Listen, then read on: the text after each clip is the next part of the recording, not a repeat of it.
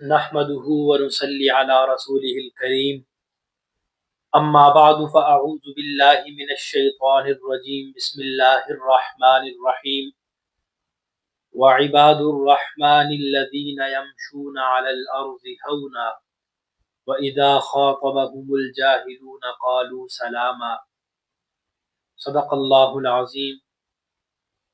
محترم سامعین، آج کی اس ویڈیو میں جس ٹاپک پر بات کرنی ہے وہ ہے کہ عباد الرحمن اللہ کے بندے کون ہیں۔ سورہ فرقان کی وہ آیت مبارکہ، وہ آیات جن میں اللہ رب العزت نے اپنے بندوں کی خصوصیات کو ذکر کیا، پھر ان خصوصیات اور اعمال کو اپنانے والوں کو عباد الرحمن کا لقب بھی دیا، وہ کون لوگ ہیں، اور ان صفات کی موجودہ زمانے میں اپنانے اور ان کو عوام الناس میں عام کرنے کی بہت ضرورت ہے۔ ان آیات میں اللہ رب العزت نے ان بندوں کے اوصاف بیان فرمائے ہیں جو اللہ کو بہت ہی پسند ہیں۔ گفتگو کی جو ابتدا ہوتی ہے وہ عباد الرحمن کے لفظ سے ہوتی ہے۔ اللہ رب العزت کے ناموں میں الرحمن نہایت ہی پیارا نام ہے۔ یہ رحمت سے مشتق ہے۔ بندوں کو جس چیز کی زیادہ محتاجگی ہے وہ اللہ کی رحمت ہی ہے۔ الرحمن میں جو رب کی رحمت کی شان سامنے آتی ہے وہ ٹھاٹھے مارتے سمندر کی مانند ہے کہ اللہ رب العزت کے پسندیدہ بندے وہ ہیں جن کا ذکر آگے آ رہا ہے۔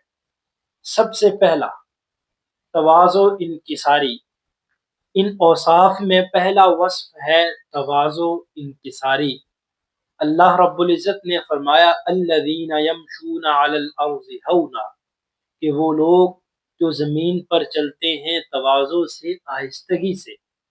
انسان حقیقی معنوں میں تواضع اختیار کیے بغیر عروج، بلندی، قدر و منزلت حاصل ہی نہیں کر سکتا۔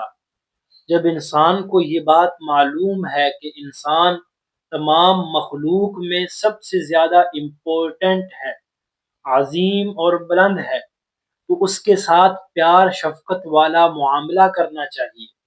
اس پر بڑائی نہیں جتانی چاہیے۔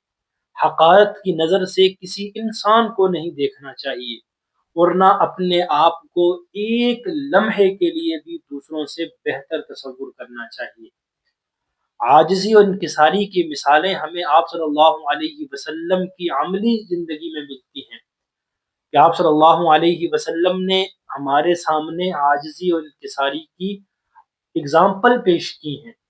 حضرت قیس بن ابی حازم رضی اللہ تعالیٰ عنہ فرماتے ہیں کہ آپ صلی اللہ علیہ وسلم کے پاس ایک آدمی آیا، جب آپ صلی اللہ علیہ وسلم کھڑے ہوئے وہ کانپنے لگا، تو آپ صلی اللہ علیہ وسلم نے فرمایا پرسکون رہو، میں کوئی بادشاہ نہیں بلکہ ایسی قریشی عورت کا بیٹا ہوں جو خشک روٹی کے ٹکڑے کھایا کرتی تھی۔ مستدرک حاکم کی روایت ہے۔ اسی طرح آپ صلی اللہ علیہ وسلم بیوہ مسکین کے ساتھ چلنے میں عار محسوس نہ کرتے بلکہ ان کے ساتھ جاتے ان کی ضرورت پوری کرتے۔ آج کل تو ہم اگر کوئی بڑے عہدے پہ چلے جائیں تو ہم نے اپنے پرسنل اسسٹنٹ رکھے ہوتے ہیں، ان سے اجازت لینی پڑتی ہے، سیکرٹری ہوتے ہیں، لیکن نبی صلی اللہ علیہ وسلم ایک عظیم ہستی ہے۔ آپ صلی اللہ علیہ وسلم کی یہ عادت مبارکہ تھی کہ کوئی بھی اگر آتا اپنا کام لے کر، کوئی عورت آ جاتی، کوئی یتیم، کوئی مسکین، آپ صلی اللہ علیہ وسلم اس کے ساتھ چلتے، اس کا کام کرواتے۔ اسی طرح حضرت عائشہ صدیقہ رضی اللہ تعالی عنہ فرماتی ہیں کہ میں نے کہا اللہ کے رسول صلی اللہ علیہ وسلم، میری جان آپ پر قربان ہو، آپ ٹیک لگا کر کھائیں، یہ کھانے کا آسان طریقہ ہے۔ آپ صلی اللہ علیہ وسلم نے فرمایا عائشہ میں ٹیک لگا کر کھانا نہیں کھاؤں گا بلکہ ایسے کھاؤں گا جیسے غلام کھاتا ہے، اور غلام کی طرح میں بیٹھوں گا۔ قرآن کریم میں اللہ رب العزت نے فرمایا آپ صلی اللہ علیہ وسلم کو کہ آپ اپنے بازوؤں کو مومنین کے لیے جھکا دیں، ان کے ساتھ عاجزی سے پیش آئیں۔ اور اسی طرح اللہ رب العزت نے فرمایا کہ تم زمین پر اکڑ کر نہ چلو نہ تم زمین پھاڑ سکتے ہو، نہ ہی پہاڑوں کی بلندیوں کو پہنچ سکتے ہو۔ ان امور میں سے ہر ایک کام آپ کے لیے ناپسندیدہ ہے۔